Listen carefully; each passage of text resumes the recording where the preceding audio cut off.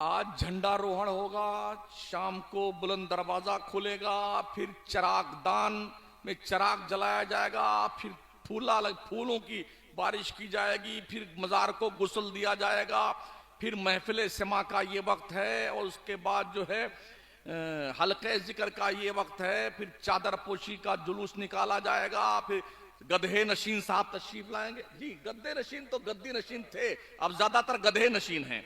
गधे नशीन तशरीफ लाए। इसी काम में पूरी सुन्नियत उलझी हुई है। क्या हो गया हमारे को यार? होना तो ये चाहिए था, वलियों ने जो करके दिखाया है उस काम को आगे बढ़ाते। हाँ जी, वहां बैठे धोनी रमाए बैठे हुए हैं। हमने ये भी देखा है, वो जब मजार पे वो सुलगाते नहीं अगरबत्ती, जब लोबान की धोनी देते हैं, कभी कभी कभी जब जाते हैं तो एक आदमी एक धोनी देते, तो लोग जो वहां हाजिर होते हैं वो धुआं खाते हैं। गधे कहीं के धुआं खाता है खबीस। कुछ को देखा जो अगरबत्ती सुलगा करके जो उसकी राख गिर जाती है ना, जबान से चाटता, जाहिल कहीं का। क्या लगा रखा है तुमने यार? घर में मां बेचारी बीमार है, तड़प रही है, उसकी दवाओं के लिए पैसे नहीं है, और पीर की जूतियां लेके कमीना नाच रहा है। घर में बाप तड़प रहा है, दर्द से करा रहा है, उसके पास बैठने का वक्त नहीं है औलाद के पास में, और पीर जिंदाबाद जिंदाबाद जिंदाबाद। और तेरे पीर के बंदे सुन, कांड खोल करके, तेरी जन्नत तेरे पीर के चौखट पे नहीं है, तेरी जन्नत तेरे मां के कदम के नीचे है। अल जन्नत तो तहत अक़दामिल उम्महात, तुम्हारी जन्नत तुम्हारी माओं के कदमों के नीचे है। तेरा बाप वो स्पेशली आदमी तेरे लिए है जिसकी शान मुस्तफा करीम ने बयान फरमाई, दुआए वालिदी लिवलदिही कदुआई लकुम।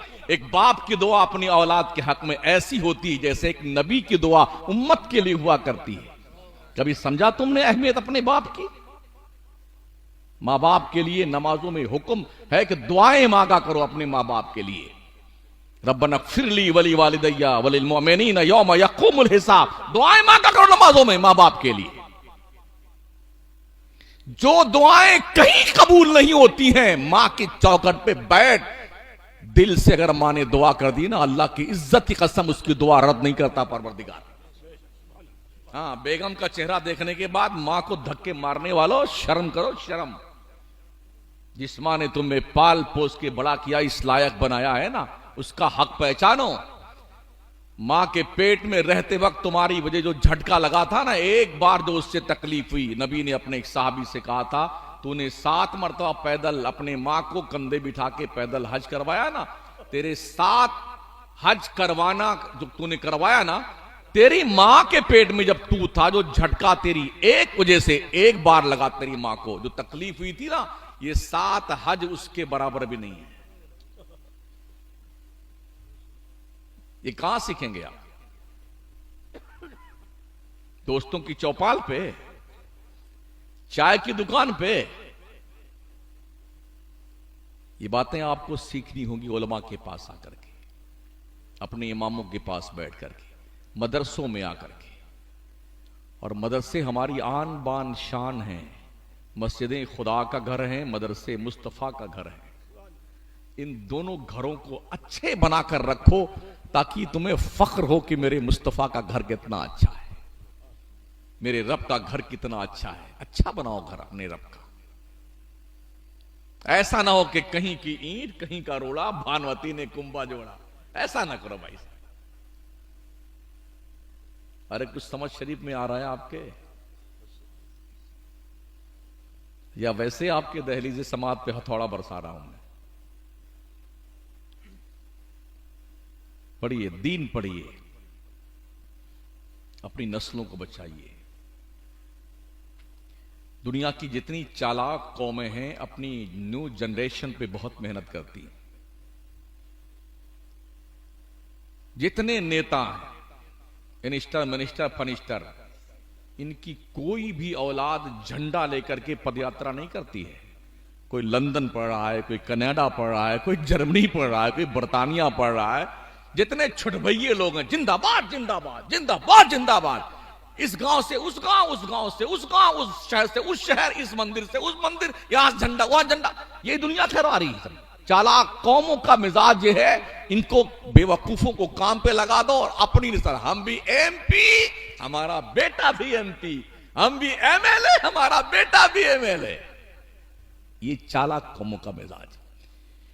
किसी भी कौम की युवा पीढ़ी जो होती है वो उस कौम की बैकबोन हुआ करती है, रीढ़ की हड्डी।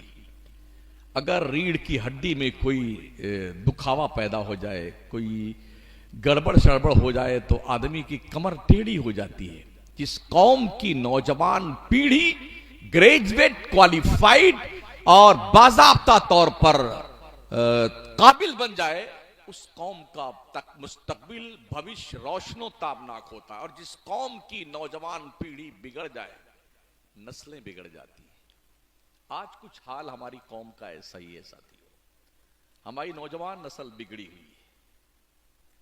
सिगरेट, बीड़ी, चरस, भांग, अफयून, गरद, इसमें खाने की आदी बन गई। और औरतों का हाल यह है कि हमारी बहनें, हमारी बेटियां, हमारी माएं बाजार की जीनत बनी हुई हैं। हां, जिस दुकान में देखेंगे उस दुकान में मुस्लिम औरतों की भरमार है। ये रोज क्या खरीदती मेरी समझ में नहीं आता। क्या शौहर मर गए हैं इनके, बाप मर गया है, बेटे और भाई मर गए हैं, तब ये निकली हैं? अगर जिंदा है तो ऐसे बाप और ऐसे भाई और ऐसे बेटे, ऐसे शौहरों को डूब मरना चाहिए चुल्लू भर पानी में, जिनकी बहन, बेटियां, माएं और बीवियां बाजारों में बरसरे बाजार बगैर पर्दे के साथ या नकाब पहने हुए चुस्त और टाइट नकाब पहन करके घूमती फिरती दिखाई पड़े, सामान खरीदती हुई। कोई जरूरी कि औरतें सामान खरीदने जाएं? तुम किस काम के लिए हो? निकाह जब करवाए थे, काजी साहब ने निकाह पढ़ाया, हजरत साहब ने किबला ने कहा जी फलाना बिनते फलां को आपके निकाह में दिया, जिसका मेहर नकद इतना है, ये वकील साहब ये दुआ नानो नफका के साथ आपने कबूल किया। हाँ कबिल तो कबिल तो कबिल तो।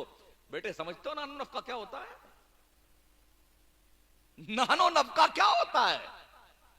रोटी खर्चा, ये सारी जिम्मेदारी आ गई आपकी। आप तो घर में पड़े हैं, गुड्डू की अम्मी चाय ले आ बाजार से, तो तू झक मनाने के लिए पैदा हुआ था।